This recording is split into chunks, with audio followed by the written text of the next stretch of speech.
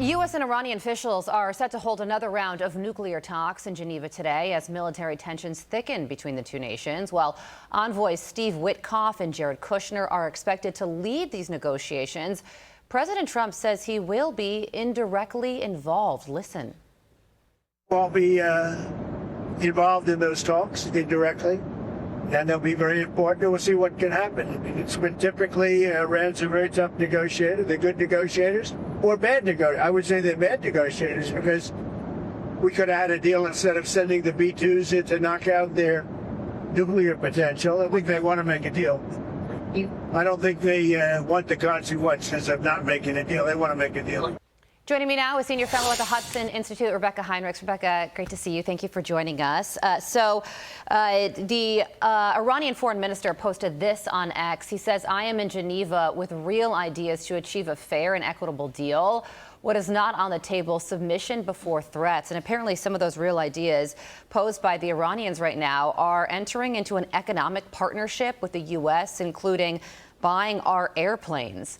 So what will the headline be when this round of discussions is over? Hi, Carly. I think that one of the headlines is going to be that the Iranian regime is still not interested in negotiating in good faith.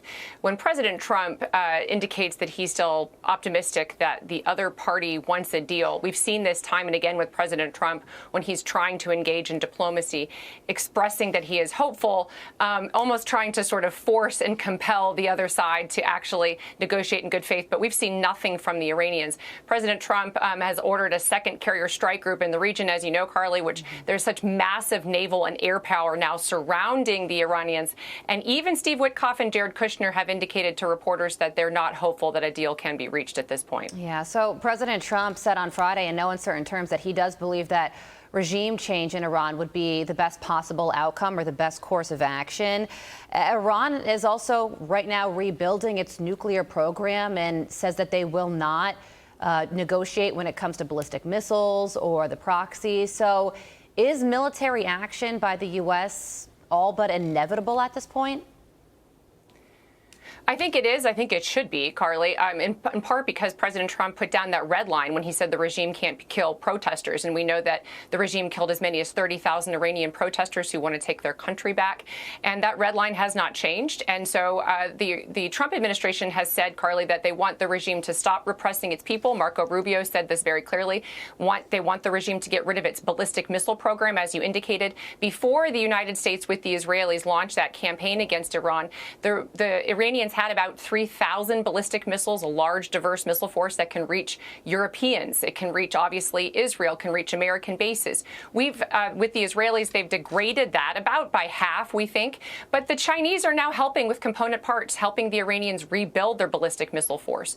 And so that's obviously a key interest of the United States for that to be dismantled. And of course, the last point, we want them to completely disavow and get rid of and dismantle the remaining parts of their nuclear program, which the regime has remained defiant and has refused to do. Well, Rebeccah, it's going to be a hugely busy day for Jared Kushner and Steve Witkoff because they have these Iranian negotiations in the morning, and then they're going to be entering into talks between Russia and Ukraine in the afternoon.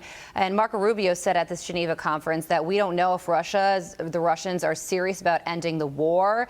They say they are, but under what terms? That's really the open question here. So this will be the third round of talks, and it's just about as many weeks. What happens here? Well, Carly, I think that a couple things that we got to get the facts right. The Russians are struggling and failing to take any more territory in Ukraine. The Russians are relying on the help from North Koreans still to replenish their forces. And they're forcing or paying other Russians to fight in their war. So they're looking for manpower. They're looking to rebuild.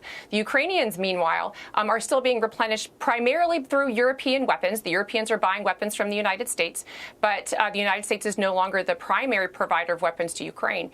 And so Ukrainians want to say, look, we want to have security guarantees from the United States and the Europeans to make sure that the Russians can't rebuild if we can get to a ceasefire. And we do not want to reward the Russians with granting them territory that they have not taken by force, which is, of course, that Donetsk region. And so these are the sticking points, Carly, that I expect to continue to come up in negotiations. Senior fellow at the Hudson Institute, Rebeccah Heinrichs, we thank you so much for your time and insight this morning. I'm Steve Doocy. I'm Brian Kilmeade. And I'm Ainsley Earhart. And click here to subscribe to the Fox News YouTube page to catch our hottest interviews and most compelling analysis.